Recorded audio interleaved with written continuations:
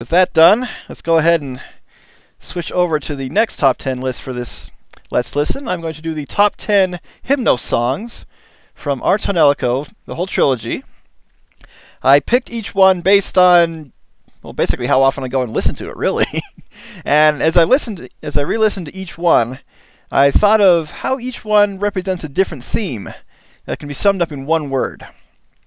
And before we go on, I'm going to switch modes again here on Audiosurf. We're going to go to Audiosphere, which is a new one that was recently introduced. It has two skins, Jurassic and Betaceous, I guess. Let's go ahead and check out Jurassic. I really can't see a difference between them based on the thumbnails. And go and select the next song. Okay, number 10, Exec with Metafalica from our tonelico 2. It is the end credit song. In my opinion, represents the theme of reward, because I'll say this now, the main theme of our tonelico trilogy is in each game you need to take a third option, because you're dealing with two conflicting factions, and in the end you have to deal with both of them before going on to take what the heroes decide to do.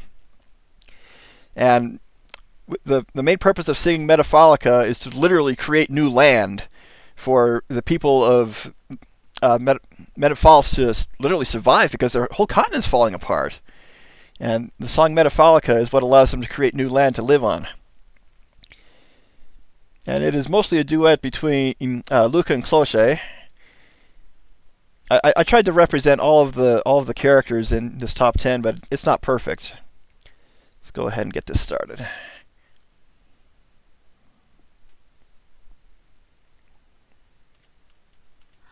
Was Hera Wiki was you and the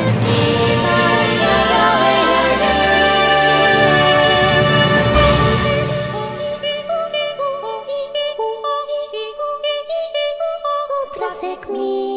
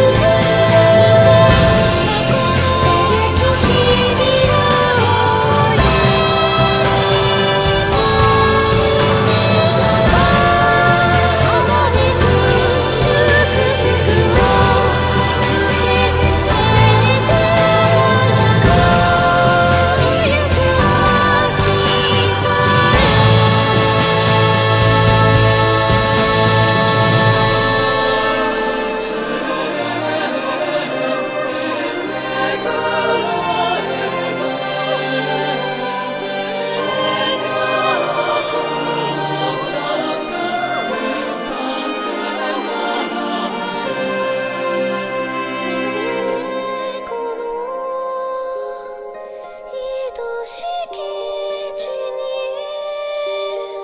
積まれし思いたたえ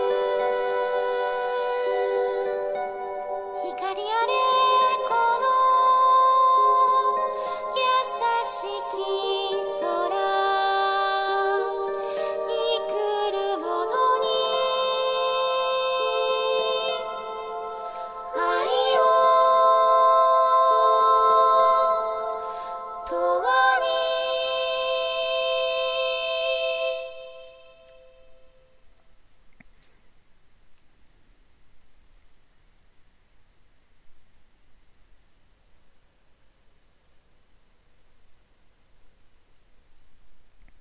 I really don't have much to say in terms of follow-ups to these. I kind of let them speak for themselves.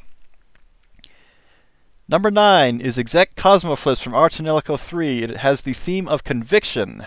It's one of those times when basically the main character tells the singing rabbit tail, let your feelings convey, let your song convey your feelings to the one they're trying to connect with. And this one is Tilia singing to Aru in order to convince her that they're doing their best to save the planet rather than let her do it her way, which is basically kill everyone on the planet. And one of the reasons I love this song is because the first line basically translates to, "Hey, shut up and listen to me." But it's still a great song.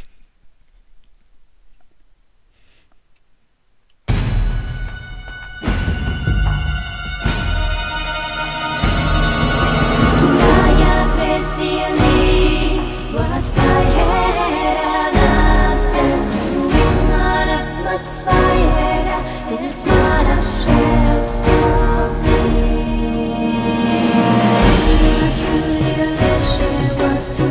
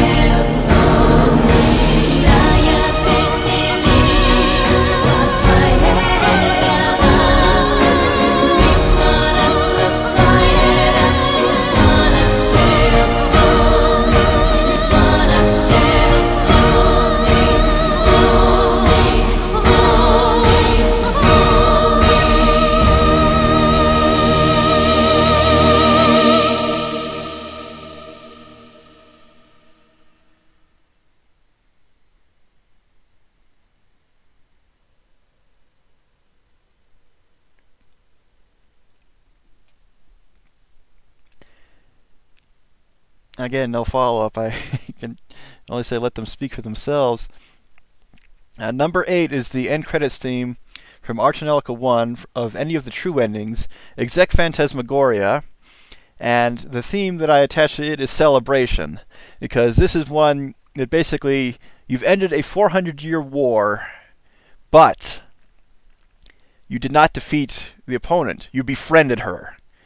And this actually is very important because the way it connects into the whole trilogy is if you don't get the true ending on Ars Tonelico 1, 2 and 3 don't happen. Because it becomes impossible for 2 to happen, and that leads on into the connection of 3 happening, just because as the character from 2 plays two characters from 2 play a pivotal role in that one, and actually the main character from number 1 plays a pivotal role in 2, who leads character from number 2 to play a pivotal role in number 3. So, but they're celebrating the end of the war, and the 3 main Ravatel, Orica, Misha, and Shirelia, they basically want to convey their happiness to everyone on their continent, and this is the song that they sing.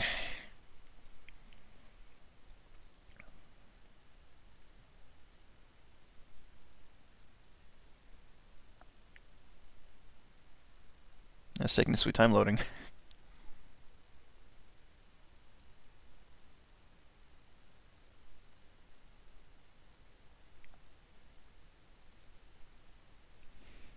Oh, it's a 9-minute song, so no wonder.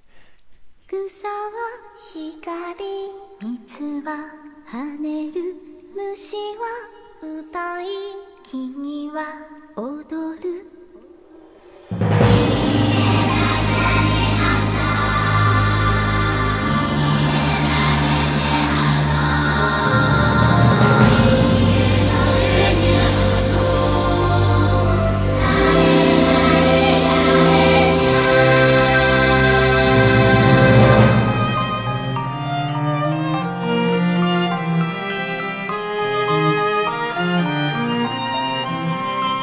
朝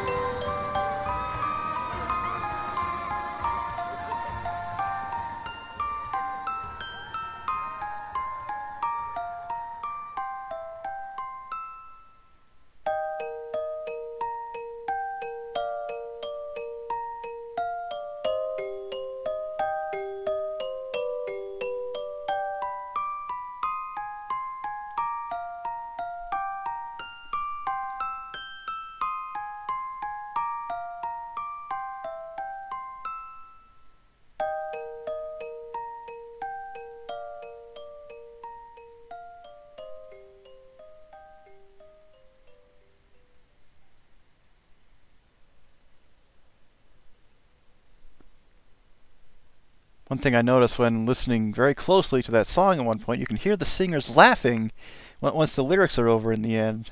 I don't know if that was intentional or not for the characters or just the singers, because that has got to be a hard song to sing. Number 7 is Ectisia, the end credits theme from Our Tonelico 3.